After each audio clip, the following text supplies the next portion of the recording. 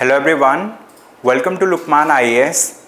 Today we are going to have a DTRS session, and in this session we are going to discuss 10 important current affair articles through MCQs, and the lead topic for today's discussion will be based on water circularity. So today we are going to understand about water circularity also. Alright, so before we go ahead, let us quickly see this quotation. Okay, so in this quotation it is said that the beautiful thing about learning is that no one can take it away from you. Means, like, if you learn something, so it's going to be your experiential thing, so you are going to retain that information, right? You are going to get the grasp of it. No one can, let's say, steal it away from you. So that's the thing. So if you learn something and if you spread that particular thing, it's only going to grow, it's not going to diminish. Okay, so this is what is said in this quotation, and this is rightly so. Okay, so like, if you want to have a brighter future, so the best thing that you can do is learn more, right? Understand more. Okay, that's the thing. So now with this, let us quickly go ahead and understand about the topics that we are going to discuss. So we are going to discuss these 10 articles today: water circularity, hoops bird, menhirs, Ashwini radar. So we are going to discuss all these topics one by one. This is the first question for the day. Okay, so this question is about water circularity. So we are going to understand what do we mean by water circularity. Okay, so basically they have given multiple options related to it. Okay, which of the following statement best describes the concept of water circularity?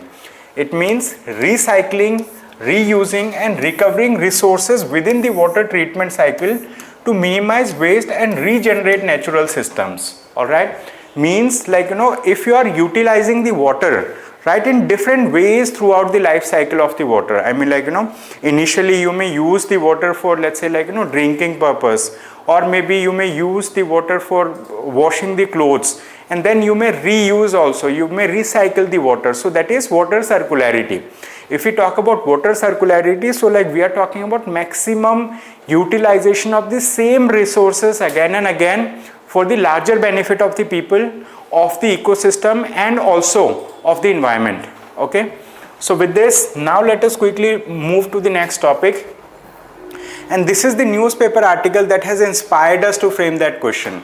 So it says safety in circularity. Okay, global standards of water availability show that India is water stressed. Okay, so in India we have less amount of water, I mean less amount of fresh water. Okay, so India is water stressed. That's the thing. Now this is second question. Okay, this question is about a bird species.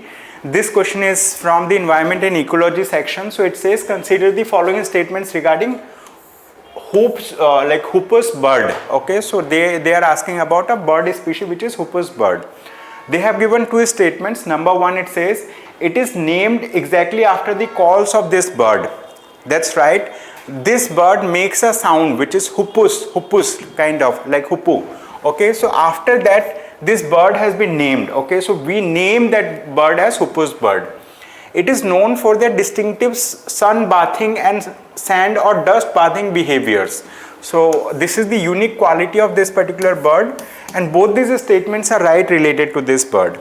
And this bird species was recently in news. Okay, so see, Gobar Times, like, call me hoopu. Okay, so like hoopus are most interesting when observed sun bathing and sand bathing. Okay, so this is the bird.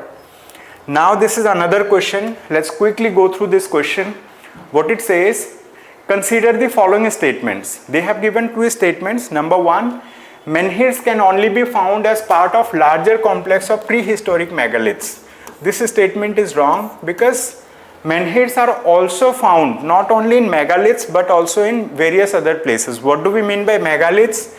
Lith means stone, mega means big size stone. So like, during prehistoric times, right, people used to make big stone kind of things. Big stone carvings are there. And why it was so? Because, like, there were multiple purposes for it. So some of it were used as markers for grave. I mean, like, if there was a king who died, passed away, so on his, basically, like, on his funeral, on the top of, let's say, like, wherever he is kept, so like, a big stone thing is kept, so just to mark it. So that can be one let's say like one interesting use of this particular thing, but there can be multiple let's say purposes for creating megaliths in the past. Second, it says Mudumalai site has been described as the megalith astronomical observatory by UNESCO. Okay, so UNESCO stands for United Nations like educational, scientific and cultural organization. So they have marked like Mudumal site as the megalith astronomical observatory, let's say like in India. So that's why it is in news. Correct answer is option B, which is 2 only. So it says this word means menhir. Okay, so like here they have mentioned about what is the meaning of the word menhir. So here I mean like you can read it in your free time. So it says Mudumal megalith menhirs in Telangana's this particular district will soon be second UNESCO World Heritage Site in this state. Okay, so that's why it was in news. Okay. So menhir is a standing or an upright stone which is usually tapered at the top. Okay, it's a kind of stone, right? Standing or upright stone, kind of this kind of stone, okay, which is tapered on the top. This stone can be like this, okay, kind of big sized stone which is tapered at the top. That's the thing. So it is known as menhir. Now let us talk about another question. What this question says. This question is from defense technology. Okay, so this question is based on a specific type of radar which is in news. It is known as Ashwini radar. Okay, they have given 3 statements related to this radar. Number 1, it says it is a passive electronically scanned array radar developed by ISRO. This statement is wrong. Basically this particular radar has been developed by 2 organizations. One is Defense Research and Development Organization. Next is Bharat Electronics Limited, okay, BEL. DRDO plus BEL, these 2 organizations have developed it. Now it says it is capable of tracking both high-speed fighter aircrafts and slow-moving aerial targets like UAVs and helicopters. This statement is right. It has integrated identification friend of foe system. Okay, means like it has an identification system that's able to identify whether the kind of anything flying, right, whether it is friendly or it is kind of enemy thing. Okay, so identification friend of or foe system, which is IFF system with electronic scanning in azimuth and elevation. Okay, so these two statements are right. Option B is the right answer. Okay, so like why it is in news? Because the Ministry of Defense has recently signed an agreement with the BEL, Bharat Electronics Limited, okay, BEL, for the Indian Air Force. Okay, so they have signed this particular thing so that they can acquire more number of radars. Okay, that's the thing. Now let's talk about another question, question number 5. Okay, let's discuss about it.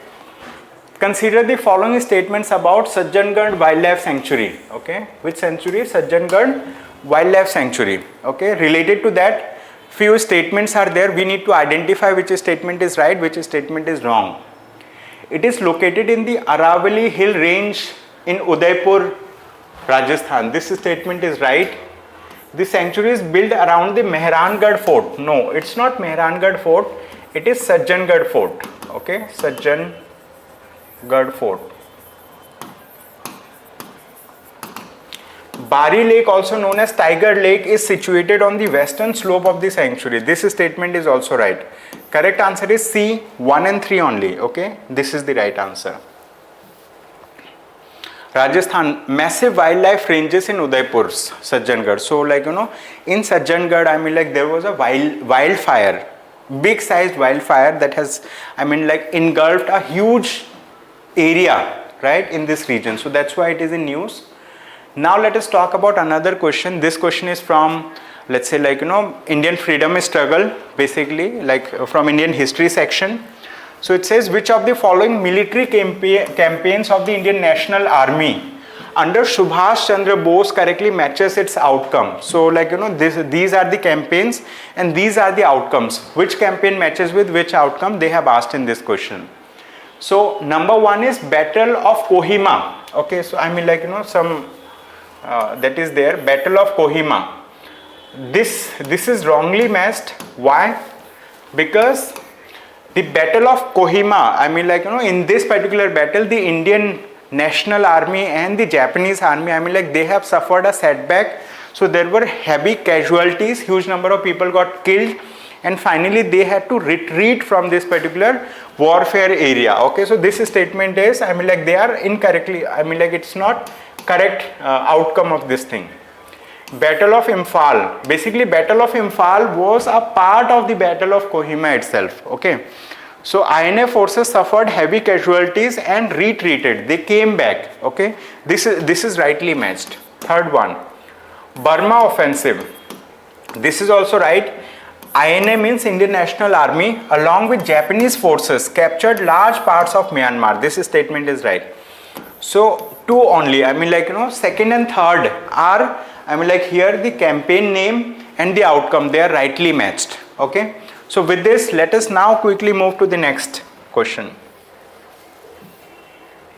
It says Indian National Army veteran Lieutenant, I mean like Pillai celebrates 99th birthday by paying tribute to Netaji and fallen soldiers. Okay, so this person, this personality, he participated in the let's say Indian National Army campaigns, and he has recently paid tribute, okay, to Subhash Chandra Bose. Okay, so that's why it is in news.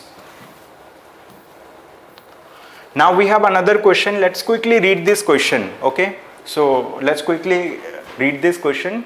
So in this question they have mentioned about let's say like appointment of constitutional functionaries. Okay, appointment of constitutional functionaries in India. So number one, statement one, the constitution explicitly prescribes a collegium system for appointment of Supreme Court judges under Article 124.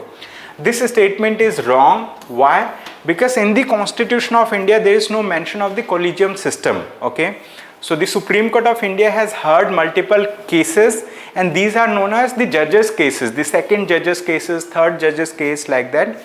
After the second judges cases, the I mean like Supreme Court of India has established the collegium system. So collegium system is not mentioned in the Constitution. That's the thing. Second statement, the Comptroller and Auditor General and Election Commissioners share identical constitutional safeguard regarding their removal from office.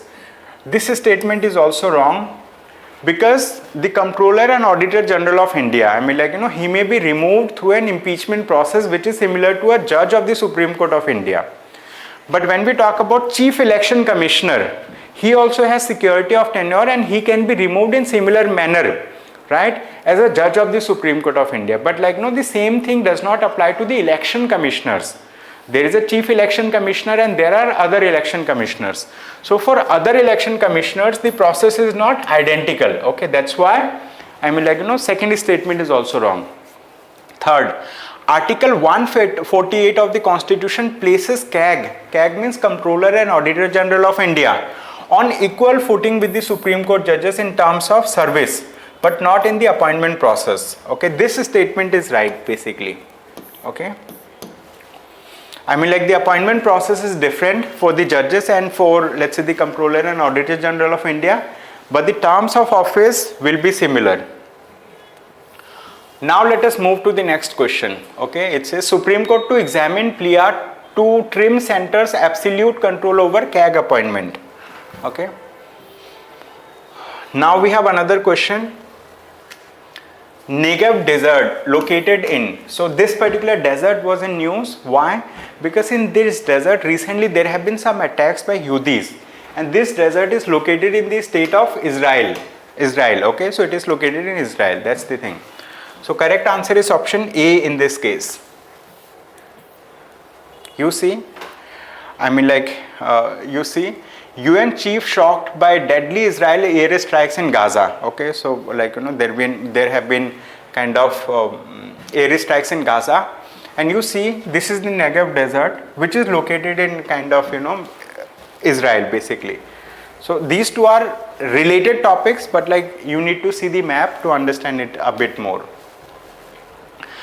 Now this question is related to voters. Okay, inclusion of voters in voting list is regulated by which section of the Representation of Peoples Act 1950. So section 23 of the Representation of Peoples Act mention so many things about inclusion of people in the voters list. Okay, if there is a person who is not included in the voters list, he may go to the concerned office or concerned official and apply for inclusion of his name in the voter list. Now this process has been made online by the Election Commission of India. If you are above the age of 18 years, if you are a citizen of India, you may apply to be included in the voters list. I mean, like, online. You can follow this process online also. So Election Commission holds high level meeting on EPIC. Aadhaar linking emphasizes constitutional compliance. Now we have another question. Okay, question number 10. What this question says: consider the following statements regarding procurement of crops under MSP regime in India. MSP means minimum support price. Okay, so we have MSP regime in the country under which, let's say, crops are procured by the government of India. So there is a body which is known as Commission for Agricultural Cost and Prices. So this particular body recommends what will be the MSP price for a particular crop.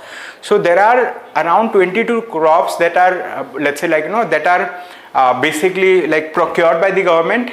But apart from this, there are some other crops also that are known as plantation crops. They are also procured by the government. So based on that, this question has been formulated. So it says currently minimum support price for 22 agricultural crops is decided on the basis of recommendation of, it's not the Food Corporation of India, it is CACP, Commission for Agricultural Cost and Prices. Okay, correct option, correct body would be Commission for Agricultural Cost and Prices. So that's why first statement is wrong. Okay, then we have another statement: procurement of pulses, oil seeds and copra is done by Food Corporation of India under price support scheme. Okay, this statement is also wrong because it's not the Food Corporation of India. We have another body which is known as NAFED.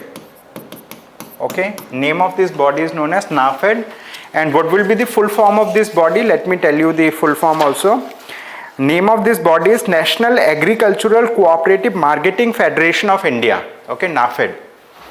In case of procurement of cotton and jute, overall quantity is restricted to only 25% of all India production of the commodity for that particular season or year. This statement is also wrong because, like, there is no limit for that.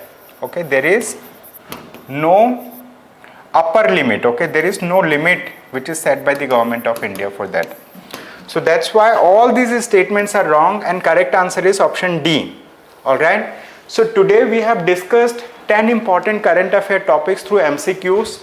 If you have some doubt related to any of these topics, you can comment about it in the comment section.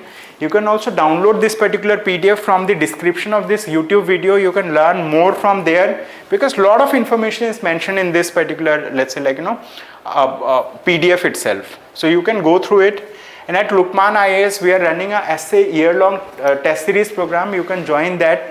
This program is run by Ansari sir himself. And this program will be beneficial for all of you who are going to appear in UPSC mains exam basically. So that's all from my side. Thank you so much everyone for attending today's session.